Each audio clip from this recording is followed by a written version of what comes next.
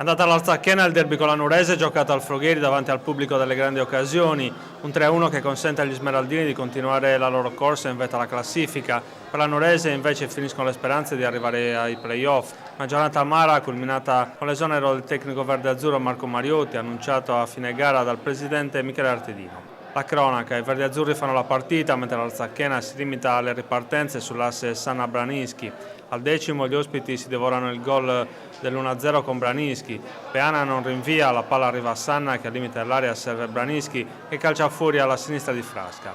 Al 23° i verdi-azzurri vanno vicino al gol con Eitri che strappa un pallone a un difensore, entra in area e con un tiro velenoso sfiora il palo. Un minuto dopo la replica dell'Arzachena con Sanna che con una conclusione a giro impegna Frasca in una difficile parata a terra.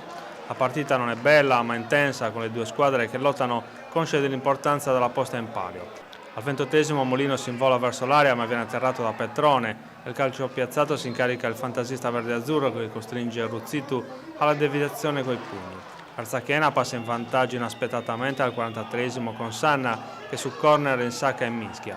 Nella ripresa la Nurese parte decisa a ribaltare il risultato. All'8° punizione di Sanna da 30 metri ma Frasca controlla. Sanna è una spina nel fianco della difesa verde-azzurra e al 10° costringe Frasca al salvataggio coi piedi al limite dell'area. L'attaccante dell'Arzachena, il migliore dei suoi, all'11° si mangia il 2-0 calciando sul portiere verde-azzurro. Gol sbagliato, gol subito, recita la regola d'oro del calcio. Infatti al 13° la Nurese trova il pareggio con Curcio che con un bolide da fuoriaria insacca alle spalle di Ruzzitu. L'Arzachena capisce che è il momento di osare, al 19° trova il 2-1 con Nuvoli servito all'altezza del dischetto da Branischi. Per la Nurese non c'è neanche il tempo di abbozzare una reazione che al 23° l'Arzachena chiude i conti con Sanna che realizza con un Eurogol il 3-1.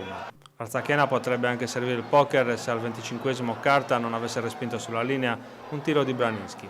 La Nurese comunque non si arrende e continua a spingere. L'ultima occasione capita a Curcio che a tempo scaduto costringe Ruzzitu alla deviazione miracolosa in angolo.